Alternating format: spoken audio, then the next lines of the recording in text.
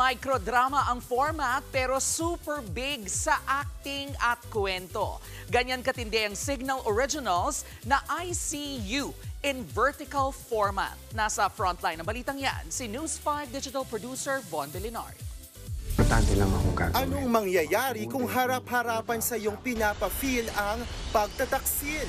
Ganyan ang dadanasin ng character ni Dimples Romana na si Anchu Villaruel sa microdrama ng Signal Play na ICU.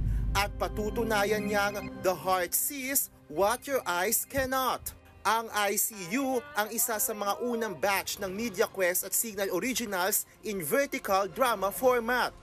I really didn't have time to do a series. And this time when I was offered by Media Quest, I was so excited kasi bago yung konsepto. Kasama ni Dimples sa serye ang mga aktor mula sa matagumpay na Ang Himala ni Nino na sina Zion Cruz at ang recent KBP Golden Dove Awards for Best Actor na si Cedric Juan.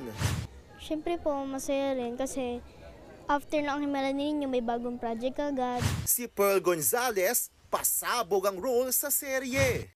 So, yun yung abangan nyo. Kung anong mga inagaw, kung anong revenge ang ginawa ni Florence. Kasama rin si Joem Bascon sa vertical drama sa direksyon ni Crisanto Aquino. Napapanood na sa Signal Play app ang ICU.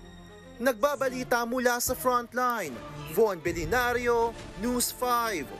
Mga kapatid, Jervy Wrightson po. Eto na nga.